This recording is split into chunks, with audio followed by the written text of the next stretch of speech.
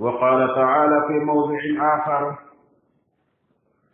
إنما النسيء زيادة في الكفر يضل به الذين كفروا يحلونه عاما ويحرمونه عاما ليواطئوا عدة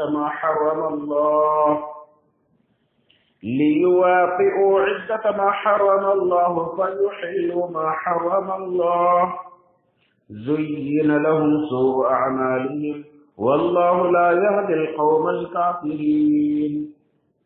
وقال النبي صلى الله عليه وسلم: لا عدوى ولا طيرة ولا هامة ولا صفر، وفي بعض رواية ولا نوء، وفي بعض رواية ولا غول. رواه البخاري ومسلم.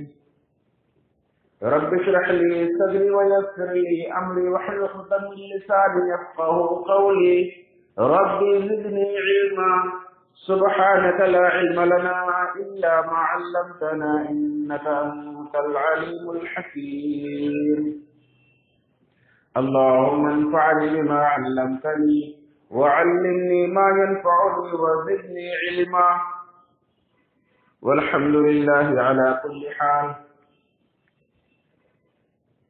معزز سامعین کرام، حاضرین جمعہ، دین ملی بھائیوں، بزرگوں اور دوستوں، ہر طرح کی تعریف و توصیف اللہ وحدہ لا شریک خالق کائنات کے لیے، بعدہ انزل بے شمار درود و سلام اللہ کے تمام رسول پر، خصوصاً آخر نبی جناب محمد رسول اللہ صلی اللہ علیہ وآلہ وسلم پر۔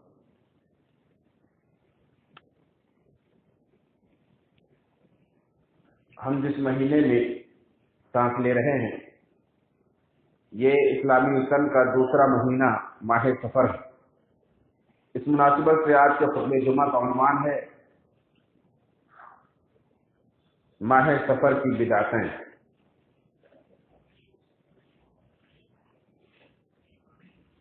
ماہ سفر کے تعلق سے زمانے جاہلیت میں بھی کچھ گمراہیاں پائی جاتی تھیں، جس کا تذکرہ قرآن و حدیث کے اندر کیا گیا ہے۔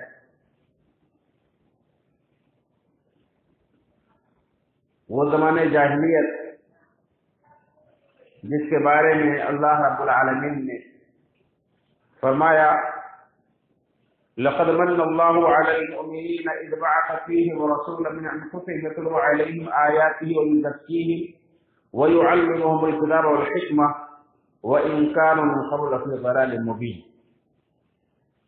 البتہ تحقیق کی اللہ تعالیٰ نے مومنوں پر بڑا احسان کیا کہ انہی میں سے ان میں ایک رسول بھیجا جو ان پر اللہ کی آیتیں تلاوت کرتا ہے، ان کا تزکیہ کرتا ہے، انہیں پاک و صاف کرتا ہے، ان کی تربیت کرتا ہے، انہیں کتاب و حکمت کی تعلیم دیتا ہے، اور یہ لوگ اس سے پہلے کھلی ہوئی گمراہی میں تھے۔ اس وقت عموماً پوری دنیا اور خصوصاً خطہ عرب پوری طرح سے گمراہی میں ڈوبا ہوا تھا۔ اللہ رب العالمین کا احسان ہوا کہ اللہ رب العالمین نے جناب محمد رسول اللہ صلی اللہ علیہ وسلم کو اپنا محبوب پسندیدہ دین کامل و مکمل شکل میں دے کر بھیجا، اور آپ صلی اللہ علیہ وسلم نے ان کی گمراہیاں ختم کی۔ قرآن کریم کی آیات کے ذریعے اور اپنی حدیثوں کے ذریعے سے اللہ کے رسول صلی اللہ علیہ وسلم نے عملی طور پر ان تمام گمراہیوں کا مقابلہ کیا، ان کا خاتمہ کیا۔ لیکن بڑے افسوس کی بات ہے کہ آج بہت سارے مسلمان جو جناب خود رسول اللہ صلی اللہ علیہ وسلم کو اپنا امام اور رہبر اور ہادی ماننے والے ہیں، ان کا کلمہ پڑھتے ہیں اور مکمل دین اسلام کے ماننے والے ہیں، ان کے اندر سے دوبارہ اسی قسم کی گمراہیاں، بدعقیدگیاں اور بدعتیں وجود میں آ گئی۔ آئیے پہلے دیکھتے ہیں کہ زمانے جاہلیت میں ماہ سفر کے تعلق سے کیا گمراہی تھی۔ تو ایک پہلی گمراہی تو ان کے اندر یہ تھی کہ وہ لوگ ماہ سفر جو ایک سنت والا مہینہ ہے اپنی خواہش کی پیروی کرتے ہوئے اسے حرام قرار دے دیا کرتے تھے۔ یعنی 4 مہینے جو حرمت والے ہیں، ایک رجب اور 3 مہینے لگاتار ہیں ذوالقعدہ، ذوالحجہ اور محرم، ان مہینوں کے اندر خصوصی طور پر اللہ رب العالمین نے قتل و قتال سے منع کیا ہے، اور عرب کے لوگوں کا خاص مشغلہ تھا قتل و قتال، لوٹ مار، لڑائی جھگڑے۔ اب ظاہر سی بات ہے 3 مہینے لگاتار اپنے آپ کو روکے رکھنا ان کے لیے ذرا مشکل کام تھا، تو وہ کیا کرتے تھے، 2 مہینہ تو کسی طرح برداشت کر لیتے، تیسرا مہینہ ماہ محرم جب آتا تو کہتے کہ چلو اس مہینے کو اس سال ماہ محرم کو حلال کر لیتے ہیں، ماہ سفر کو اس کے بدلے میں حرام کر لیں گے۔ یعنی محرم کو محترم ماننے کے بجائے سفر کو محترم مان لیں گے، اگلا سال جب آئے گا تو پھر محرم کو محترم مانیں گے اور سفر کو ماہ حلال مانیں گے۔ اس طرح سے وہ لوگ ادل بدل کرتے تھے۔ اللہ رب العالمین نے فرمایا یہ نسی ہے جو کفر میں مزید اضافے کا باعث، انما النسیء زیادۃ فی الکفر، یہ نسی کا کام یہ کفر میں زیادتی ہے۔ یضل بہ الذین کفروا، اس کے ذریعے سے کافر لوگ گمراہ کیے جاتے ہیں، بہکائے جاتے ہیں، بھٹکائے جاتے ہیں۔ یحلونہ عاما ویحرمونہ عاما، ایک سال اس کو حلال کرتے ہیں، دوسرے سال اس کو حرام کرتے ہیں۔ یہ حق صرف اللہ رب العالمین کو ہے، کسی چیز کو حلال ٹھہرائے، کسی چیز کو حرام ٹھہرائے، لیکن یہ لوگ اپنی خواہش کی پیروی کرتے ہوئے ایک سال اسی مہینے کو حلال ٹھہراتے تھے، دوسرے سال اس کو حرام ٹھہرانے۔ کیوں ایسا کرتے تھے؟ اللہ نے فرمایا لیواطئوا عدۃ ما حرم اللہ، تاکہ اللہ رب العالمین نے جو حرمت والے مہینے 4 قرار دیے ہیں ان 4 مہینوں کی گنتی پوری ہو جائے۔ اس میں اللہ کی مطابقت کرتے تھے کہ اللہ نے 4 مہینے حرام کیے تو ہم 4 مانیں گے، لیکن فیحل ما حرم اللہ، اللہ نے جسے حلال ٹھہرایا ہے، جسے حرام ٹھہرایا ہے اسے یہ حلال کر لیتے۔ یعنی اللہ رب العالمین کے ٹھہرائے ہوئے 4 مہینے کی گنتی کو کم نہیں کرتے کہ نہیں اس سال 4 بجائے 3 ہی مانیں گے، 4 کی گنتی کا لحاظ کرتے تھے، لیکن اس بات کا لحاظ نہیں کرتے کہ اللہ نے اسے حرام ٹھہرایا ہے، ہم کیسے حلال کریں، اس کی پرواہ نہیں کرتے تھے۔ اللہ کے حرام ٹھہرائے ہوئے چیز کو حلال ٹھہرا لیتے تھے۔ یہ بھی تو شریعت سازی ہے، یہ بھی تو اللہ کے قانون کو بگاڑنا ہے، اللہ کے حکم میں مداخلت کرنا ہے۔ تو اللہ نے فرمایا زین لہم سوء اعمالہم، ان کے برے اعمال اس طرح سے مزین کر دیے گئے، انہیں اس میں خرابی نظر نہیں آتی تھی، برائی نظر نہیں آتی تھی۔ واللہ لا یہدی القوم الکافرین، اور ایسے کافروں کو اللہ تعالیٰ ہدایت نہیں دیتا ہے۔ تو جو اللہ رب العالمین کے قانون کو توڑ کر اپنے خواہشات کی پیروی کرنے لگے تو وہ اس طرح سے گمراہی میں پڑ جاتے ہیں۔ تو ایک خرابی تو ان کے ہاں یہ تھی کہ ماہ سفر کو جو حلال مہینہ ہے اسے حرمت والا مہینہ بنا لیا کرتے تھے اپنی خواہش کے لیے، اور دوسری خرابی ان کے یہاں یہ پائی جاتی تھی کہ ماہ سفر کو وہ لوگ منحوس مہینہ سمجھتے تھے۔ ماہ سفر کے بارے میں ان کا عقیدہ تھا کہ اس مہینے میں کثرت سے بلائیں نازل ہوتی، مصیبتیں نازل ہوتی، اور وہ لوگ اپنے گھروں کو اس مہینے میں خالی کر دیا کرتے تھے، آبادیوں سے نکل جایا کرتے تھے۔ سفر کے معنی ہی خالی کے ہوتے ہیں۔ تو کہتے تھے اس مہینے میں بلائیں بہت نازل ہوتی ہیں، مصیبتیں بہت نازل ہوتی ہیں، یہ ان کا عقیدہ ہے۔ اللہ کے نبی صلی اللہ علیہ وسلم نے اس کی تردید کی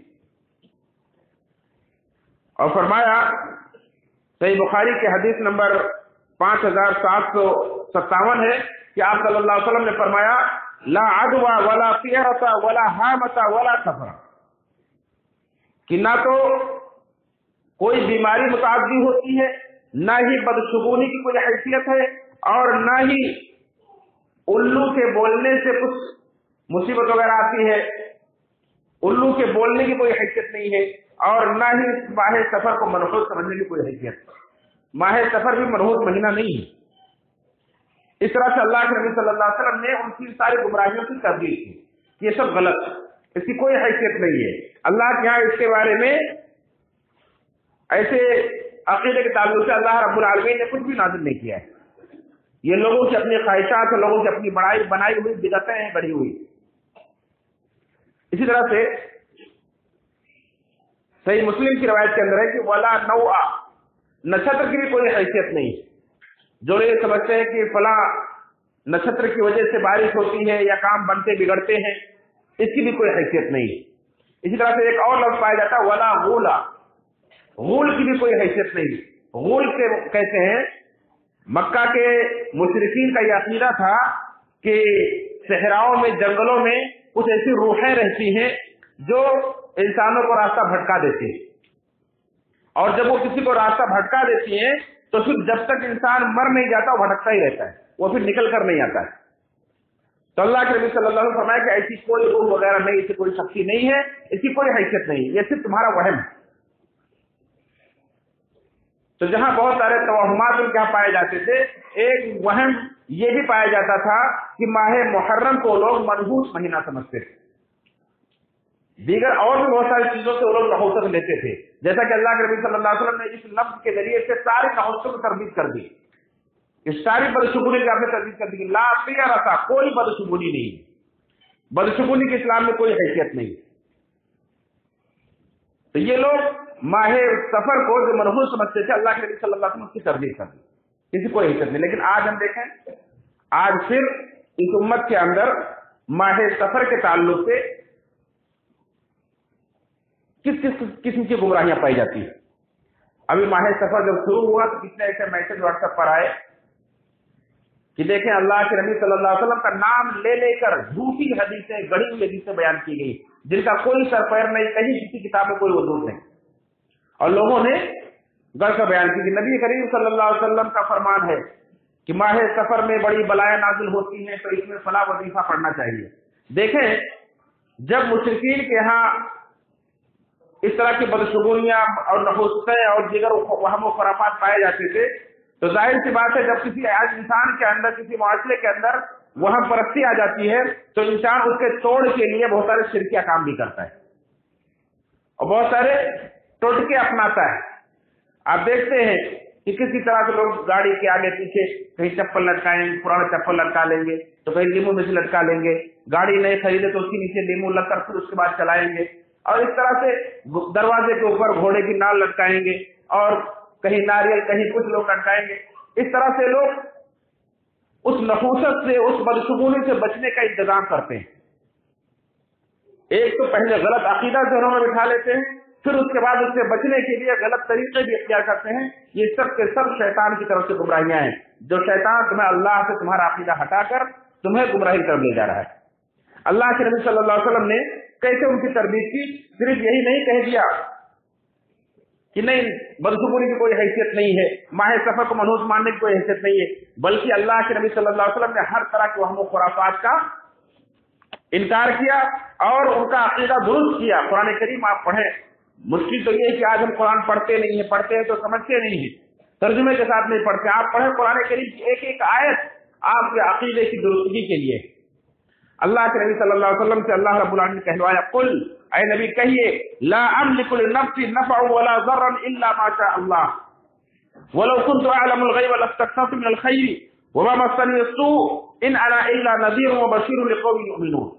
اے نبی آپ کہہ دیجئے کہ میں اپنے نفس کے لیے کسی نفع نقصان کا مالک نہیں ہوں مگر اتنا ہی جتنا اللہ کا ہے، یعنی ہر قسم کے نفع نقصان کا مالک صرف اللہ ہے۔ اللہ کے آخری نبی جناب محمد رسول اللہ صلی اللہ علیہ وسلم جو سید ولد آدم ہیں، تمام انسانوں کے سردار ہیں، نبیوں کے امام ہیں، اور کائنات میں سب سے افضل، سب سے اونچا جن کا مقام ہے، ان سے کہلوایا جا رہا ہے کہ اے نبی کہو کہ میں خود تمہارے لیے تو درکنار اپنے نفس کے لیے بھی کسی نفع نقصان کا مالک نہیں ہوں۔ اگر میں غیب جانتا تو میں بہت ساری بھلائیاں اپنے لیے جمع کر لیتا اور مجھے کبھی کوئی تکلیف نہیں پہنچتی۔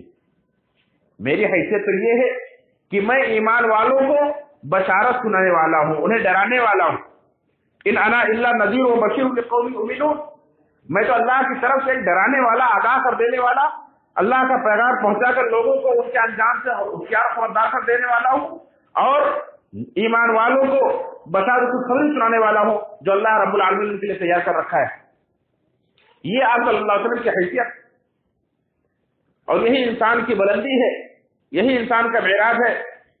جناب محمد رسول اللہ صلی اللہ علیہ وسلم سب سے افضل ہوتے ہوئے بھی کسی نفع نقصان کے مالک نہیں ہے، خود اپنے نفس کے لیے بھی۔ آپ دیکھیں کہ اللہ کے نبی صلی اللہ علیہ وسلم بھی اپنی زندگی میں آپ نے کتنی تکلیفیں اٹھائی، آپ کو کئی بار کئی ایسے حادثات سے دوچار ہونا پڑا کہ آپ مہینوں پریشان رہے۔ کبھی آپ صلی اللہ علیہ وسلم کے اوپر جادو کر دیا گیا تو آپ کی کبھی آپ صلی اللہ علیہ وسلم کی بیوی کے اوپر بدکاری کی تہمت لگائی گئی، اللہ کے نبی صلی اللہ علیہ وسلم کہیں جنگوں کے اندر زخموں سے دوچار ہوئے، آپ کے دانت شہید ہو گیا، آپ کا چہرہ زخمی ہو گیا، کتنی تکلیفیں آپ کو اٹھائی گئی، آپ کو اٹھانی پڑی۔ کہیں آپ صلی اللہ علیہ وسلم کو اتنا ستایا گیا کہ اللہ رب العالمین کی طرف سے فرشتہ آیا آپ کی مدد کے لیے کہ اگر آپ حکم دیں تو ان طائف والوں کو پہاڑوں کے بیچ میں کرتے دیا جائے۔ یہ ساری تکلیفیں اللہ کے نبی صلی اللہ علیہ وسلم خود کہتے ہیں کہ اگر میں غیب جانتا، اللہ تعالیٰ قرآن کریم کے اندر کہلوا رہا ہے، یہ سورہ اعراف کی آیت نمبر 188 ہے کہ اگر میں غیب جانتا تو میں بہت ساری بھلائیاں اپنے لیے جمع کر لیتا اور مجھے کبھی کوئی تکلیف نہیں پہنچتی، لیکن میں غیب نہیں جانتا ہوں، میں کسی نفع نقصان کا مالک نہیں ہوں۔ یہ اللہ کے نبی صلی اللہ علیہ وسلم نے اس طرح سے لوگوں کے عقیدہ درست کرایا کہ سارے نفع نقصان کا مالک اللہ ہے، اللہ پر بھروسہ کرو۔ فرمایا قل کہو لن یصیبنا الا ما كتب اللہ لنا هو مولانا وعلى الله فليتوکل المؤمنون، کہو کہ ہمیں نہیں پہنچ سکتا کوئی تکلیف مگر اتنا ہی جتنا اللہ چاہے، وہی ہمارا مددگار ہے اور مومنوں کو اسی پر بھروسہ کرنا چاہیے۔ اس طرح سے آپ صلی اللہ علیہ وسلم ان کے عقیدے درست کروائے کہ اللہ جو چاہے گا اتنا ہی تکلیف ہماری زندگی میں آئے گی، اور اللہ رب العالمین ہی ہمارا مددگار، ان تکلیفوں سے نکالنے والا بھی وہی ہے، اور ہمیں اسی پر بھروسہ کرنا چاہیے۔ اگر ہم ایمان والے ہیں تو ہمیں اسی پر بھروسہ کرنا چاہیے، اور یہ عقیدہ بنایا کہ ما یفتح اللہ للناس من رحمت فلا ممسک لها الا هو فلا ممسک لها وما يمسک فلا مرسل له من بعده وهو العزیز الحکیم، کہ اگر اللہ تعالیٰ لوگوں کے لیے اپنی رحمتیں کھولنا چاہے تو کوئی اسے روکنے والا نہیں ہے۔ ما یفتح اللہ للناس من رحمت، اللہ لوگوں کے لیے اپنی جو بھی رحمت کھولنا چاہے، اپنی رحمتوں کو برسانا چاہے، فلا ممسک لها، تو اسے کوئی روکنے والا نہیں ہے۔ وما یمسک، اور جو اللہ تعالیٰ روک دے، فلا مرسل له من بعده، تو اس کے بعد کوئی نہیں ہے جو اس کو جاری کر دے۔ یہ ہے ایک مومن کا عقیدہ، یہ ہے قرآن کا پیغام۔ وہ العزیز الحکیم، اور اللہ تعالیٰ غالب ہے، حکمت والا ہے، وہ اپنے معاملے پر غالب ہے، جو چاہتا ہے جب چاہتا ہے کر کے رہتا ہے، کوئی اس کے راستے میں رکاوٹ نہیں کھڑی کر سکتا ہے، اور وہ حکیم ہے، وہ جو بھی فیصلے کرتا ہے، جس کے ساتھ جو معاملہ کرتا ہے اس کے اندر حکمت ہوتی ہے۔ یہ سورہ فاطر کی آیت نمبر 4 ہے۔ اللہ کے نبی صلی اللہ علیہ وسلم اپنے صحابہ کے ایک بچے کی تربیت کی۔ عبداللہ بن عباس رضی اللہ تعالیٰ عنہ جو چھوٹے ہیں، آپ کے پیچھے سواری پر بیٹھے ہوئے ہیں، انہیں آپ تعلیم دے رہے ہیں کہ اے میرے بچے، اے بیٹے سنو، میں تمہیں کچھ باتیں سکھاتا ہوں، انہیں تم مضبوطی سے پکڑ لو، انہیں تم یاد رکھنا۔ وہ باتیں کیا ہے؟ آپ نے سکھاتے ہیں کہ دیکھو، جب بھی تمہیں کچھ مانگنے کی ضرورت پیش آئے تو اللہ سے مانگو، اذا سألت فاسأل اللہ، جب مانگو تو اللہ سے مانگو، اذا استعنت فاستعن باللہ، جب تمہیں مدد مانگنی ہو تو اللہ سے مدد مانگو، اور تم اللہ کی حفاظت کرو، اللہ تمہاری حفاظت کرے گا۔ اللہ کے دین کی حفاظت کرو، اللہ کے دین پر چلو، اللہ نے تم پر جو کچھ فرائض آئے تم ان کی پابندی کرو تو اللہ تمہاری حفاظت کرے گا۔ تم اللہ رب العالمین کو یاد رکھو، اللہ کو اپنے سامنے پاؤ گے۔ اللہ کو یاد رکھو، اللہ سے غافل نہ ہو، اللہ کے ذکر میں ہمیشہ ڈوبے رہو، اللہ کو یاد رکھو، تو جب بھی تمہیں ضرورت پڑے گی، جہاں بھی تمہاری مدد کی ضرورت پڑے گی، اللہ کو اپنے سامنے پاؤ گے، یعنی اللہ کی مدد تمہارے سامنے حال ہوگی۔ اور یاد رکھو وَاعْلَمْ أَنَّ الْأُمَّةَ الَّتِي اجْتَمَعَتْ عَلَىٰ أَن يَنفَعُوكَ بِشَيْءٍ، اور یاد رکھو، یہ بات جان لو اچھی طریقے سے کہ اگر ساری امت مل کر تمہیں کچھ فائدہ پہنچانا چاہے تو نہیں پہنچا سکتی مگر اتنا ہی جتنا اللہ نے تمہارے لیے لکھ دیا ہے، اور اگر ساری امت مل کر تمہیں کچھ نقصان پہنچانا چاہے تو نہیں پہنچا سکتی مگر اتنا ہی جتنا اللہ نے تمہارے لیے لکھ دیا ہے۔ قلم اٹھا لیے گئے، صحیح سے خود ہو چکے ہیں۔ اس طرح سے اللہ کے نبی صلی اللہ علیہ وسلم نے اپنے صحابہ کا عقیدہ بنایا اور سارے توہمات ختم ہو گئے۔ لیکن آج دیکھیں،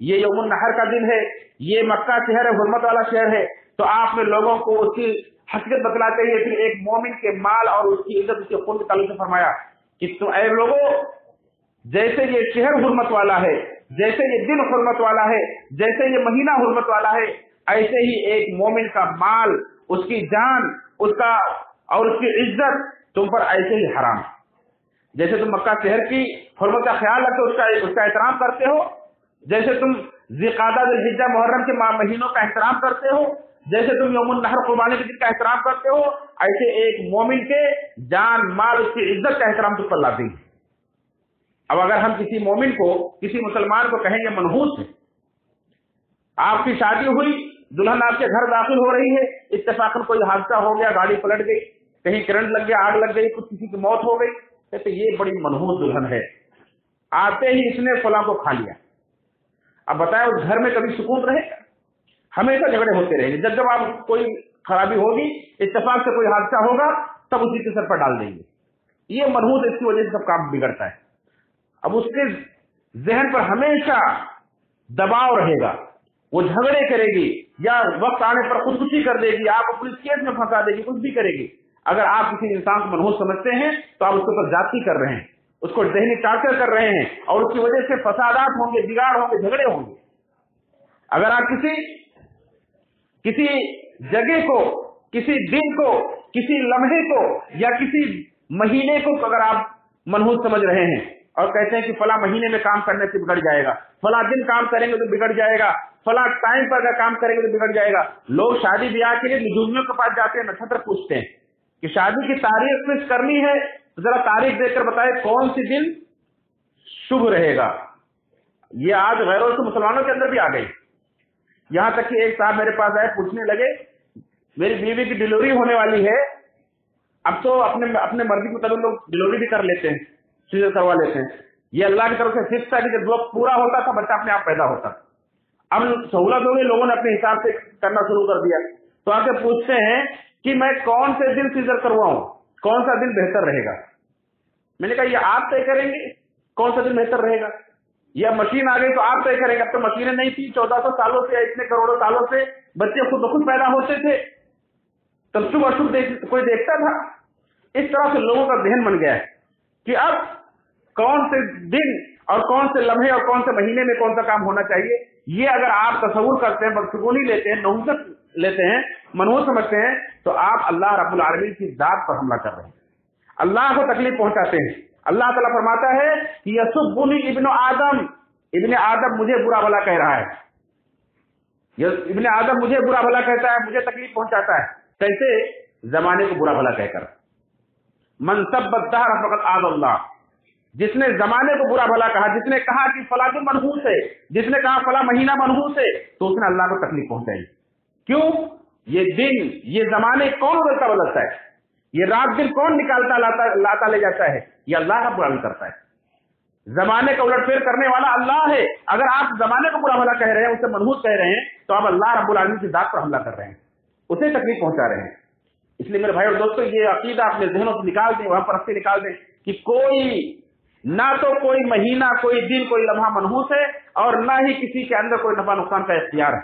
کسی جگہ کے اندر، کسی کے چہرے کے اندر، یا کسی بوٹی کے اندر، یا کسی گھوڑے کی نال، یا کالی بلی، یا کسی کے چھینکنے سے کوئی کام بنتا بگڑتا نہیں ہے۔ نفع نقصان کا مالک اللہ ہے۔ بہت ساری بدسکونیاں اور وہم و خرافات ہیں، جو لوگ، بہت سارے لوگ انگوٹھیوں پر، پتھروں پر اور نہ جانے کن کن چیزوں پر عقیدہ رکھتے ہیں، لیکن جمعہ کے مختصر سے وقت میں اس تفصیل میں جانے کی گنجائش نہیں ہے، اس لیے انہیں باتوں پر اپنی بات ختم کروں گا کہ اللہ رب العالمین ہم سب کو صحیح معنوں میں مومن بنائے، اللہ پر بھروسہ کرنے والا بنائے، اور اللہ کے نبی صلی اللہ علیہ وسلم نے ہمیں اپنے کاموں کے تعلق جو کچھ سکھایا ہے، اسی کے مطابق ہمیں اپنے کاموں کا انجام دینے کی توفیق فرمائے۔ اللہ کے نبی صلی اللہ علیہ وسلم نے ہمیں کیا سکھایا ہے کہ ہمیں جب کوئی کام کرنا ہو تو ہمیں استخارہ کر لینا چاہیے۔ اللہ کے نبی صلی اللہ علیہ وسلم اپنے صحابہ کو استخارہ ایسے سکھاتے جیسے قرآن کی کوئی آیت سکھا رہے ہو۔ دنیاوی کام کے معاملے میں، دین کا کام کرنے، نماز پڑھنے کے لیے آپ کو استخارہ نہیں کرنے کی ضرورت، حج کرنے کے لیے، عمرہ کرنے کے لیے استخارہ کرنے کی ضرورت نہیں ہے۔ آپ دنیاوی کوئی کام کرنے جا رہے ہیں، کوئی دکان کھولنے جا رہے ہیں، شادی کرنے جا رہے ہیں، کچھ کرنے جا رہے ہیں، اب میرے اس میں نقصان ہوگا یا نفع ہوگا، ڈر رہے ہیں، تو آپ استخارہ کر لیجئے. استخارہ کا مطلب ہوتا ہے اللہ سے خیر طلب کر لیجئے. 2 رکعت نماز پڑھیں نفل نماز, اور استخارے کی ایک دعا ہے کتاب الدعا کے اندر آپ کو مل جائے گی. اللہم انی استخیرک بعلمک واستخلص. اس مدرسے میں پڑھنے والے چھوٹے چھوٹے بچوں کو بھی الحمدللہ یاد ہے دعائیں. استخارے کی دعا آپ پڑھیں, اگر نہیں یاد ہے دیکھ کر کے کتاب میں آپ پڑھیں کہ اللہ میں یہ کام کرنے جا رہا ہوں, اگر اس کے اندر خیر ہے تو یہ کام میرے لیے آسان کر دے, اگر اس کے اندر خیر نہیں ہے تو اس کام کو مجھ سے روک دے. بس اتنا اس کا خلاصہ, اتنا اس کا مطلب ہے. کیوں؟ اس لیے کہ فإنک تعلم ولا اعلم. اللہ تو جانتا میں نہیں جانتا ہوں. وانت علام الغیوب, تو عالم الغیب ہے. یہ عقیدہ دیا جا رہا ہے اس استخارے کی دعا سے کہ آپ اپنے کام کو کرنے کے لیے اس علام الغیوب سے مدد مانگے, اس سے خیر مانگے. وہ آپ کو اس کے اندر خیر ہوگا تو آپ یہ آسان کر دے گا, آپ کا کام ہو جائے گا. اگر خیر نہیں ہوگا تو وہ خود آپ کے لیے اسباب پیدا کر دے گا, کام رک جائے گا. کام نہیں ہوگا آپ اس سے بچ جائیں گے. لیکن آج اس کو بھی لوگوں نے دھندا بنا لیا ہے. آج ٹی وی پر بیٹھے لوگ استخارہ کر رہے ہیں, فون کر کے استخارہ کر رہے ہیں, جاؤ میں نے استخارہ کر دیا تمہارا کام 100% ہو جائے گا. یہ لوگوں نے دھندا بنا لیا ہے. استخارہ جس کا کام ہے وہ خود 2 رکعت نماز پڑھے گا, وہ خود استخارے کی دعا کرے گا اور اس کے بعد اپنا کام کرے گا. اس کے لیے کوئی ضروری نہیں کہ آپ کو پہلے سے خبر آئے گی, آپ کو خواب آئے گا, آپ کو نشانی ملے گی, کچھ نہیں. اللہ رب العالمین ہر چیز پر قادر ہے, جس طرح سے بھی چاہے گا آپ کے کام میں خیر پیدا کر دے گا. اللہ رب العالمین بھروسہ کریں. اللہ کے نبی صلی اللہ علیہ وسلم نے اللہ کو بھروسہ کرنے کی ہمیں تعلیم دی ہے. ایک بار آپ نے اپنی امت کو ایک حدیث سنائی کہ میرے اوپر ساری امتیں پیش کی گئی. میں نے دیکھا کوئی نبی آ رہے ہیں, ان کے ساتھ 1-2 لوگ, کچھ کوئی نبی آ رہا ہے اس کے ساتھ 10-20 لوگ ہیں, کچھ کوئی نبی آ رہا ہے اس کے ساتھ کچھ بھی نہیں ہے, کوئی نبی آ رہا ہے ان کے ساتھ بہت بڑی جماعت ہے. اس میں نے دیکھا کہ ایک بہت بڑی جماعت دکھائی گئی. تو میں نے پوچھا شاید یہ میری امت ہے, کون ہے یہ؟ تو فرشتوں نے مجھے بتایا کہ یہ آپ کی امت نہیں بلکہ موسیٰ علیہ السلام کی امت. موسیٰ علیہ السلام اور ان کی امت کے لوگ بہت بڑی تعداد میں. تو پھر مجھ سے کہا گیا کہ آپ اپنے اس افق کی طرف دیکھیے, آسمان کے اس کنارے پر دیکھیے. میں نے دیکھا تو بہت بڑی تعداد. کہا گیا دوسرے کنارے پر دیکھیے. میں نے دوسرے کنارے پر دیکھا تو بہت بڑی تعداد لوگوں کی ہے. تو مجھ سے کہا گیا یہ آپ کی امت. اللہ کے نبی صلی اللہ علیہ وسلم کی امت سب سے زیادہ ہے. اور پھر مجھے بشارت سنائی گئی کہ آپ کی اس امت میں 70,000 لوگ ایسے ہیں جو بلا حساب کتاب کے جنت میں داخل ہوں گے. اور اس کے بعد آپ ان کو اپنے گھر چلے گئے. اب صحابہ آپس میں بیٹھ کے باتیں کر رہے ہیں کہ یہ کون لوگ ہوں گے, بلا حساب کتاب جنت میں جانے والے کون لوگ ہوں گے. کوئی کہتے ہیں شاید ہم صحابہ ہوں گے, کسی نے کہا نہیں ہم لوگ نہیں ہوں گے, ہم تو زمانے کفر میں بھی تھے, ابھی ہم اسلام میں آئے, ہمارے بچے ہو سکتے ہیں. اس طرح سے لوگوں نے آپس میں چیلے گوئیاں کی کچھ باتیں کی. اللہ کے نبی صلی اللہ علیہ وسلم باہر نکلے. آپ نے فرمایا کیا بات ہے؟ کہا ہے اللہ کے نبی آپ نے جو ابھی کہا تھا کہ 70,000 لوگ بغیر حساب کے جنت میں جائیں گے, وہ کون لوگ ہوں گے؟ تو آپ نے فرمایا کہ وہ لوگ ہوں گے جو نہ تو بدشگونی لیں گے, نہ بدفالی لیں گے, نہ ہی وہ لوگ داغیں گے, بلکہ وہ صرف اللہ کو بھروسہ کرنے والے ہوں گے. نہ وہ جھاڑ پھونک کروائیں گے, نہ بدسگونی لیں گے, نہ آگ سے داغ کر علاج کریں گے, وہ صرف اللہ کو بھروسہ کرنے والے ہوں گے. یہ ان کی خوبی ہوگی کہ ان کا بھروسہ اللہ وقت سے زیادہ ہوگا. ایک صحابی نے کہا اللہ دعا کر دیجیے میں بھی انہیں میں سے ہو جاؤں. آپ نے فرمایا تم بھی انہیں میں سے ہو. پھر ایک اور صحابی نے کہا میں نے دعا کر دیجیے. آپ نے فرمایا کہ عکاشہ بازی میں مار لے گئے, عکاشہ سقط کر گئے. اور اس طرح سے ہم نے لوگوں کو اللہ بھروسہ کرنے کی تعلیم. میرے بھائی اور دوستوں, اللہ رب العالمین بھروسہ کریں اور ہر طرح کی بدشگونی سے بچیں, وہ ہم خرافات سے بچیں. اللہ رب العالمین جو دین ہمیں دیا مکمل دین ہے اس کی پیروی کریں. اللہ تعالیٰ ہم کو توفیق فرمائے. آمین. والحمد للہ رب العالمین.